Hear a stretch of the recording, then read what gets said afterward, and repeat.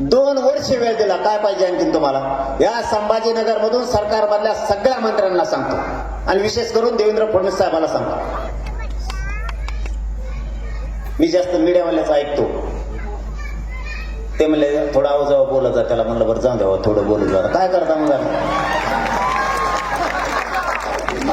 कारण माझा स्वभाव कसा आहे सरळ सांगतो मी तुम्हाला.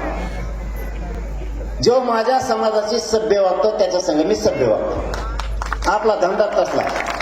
माझ्या समाजाची तुम्ही सभ्यच वागत नाही, असभ्य वागता. माझ्याकडून कसं सभ्य भाषेची तुम्ही अपेक्षा करता?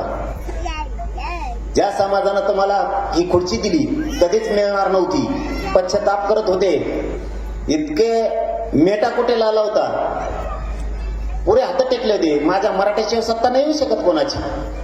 आज तुम्हीच कुरघोडी करायला लागले मराठ्यांवरती. मराठी ही साधी सोपी गोष्ट नाहीये.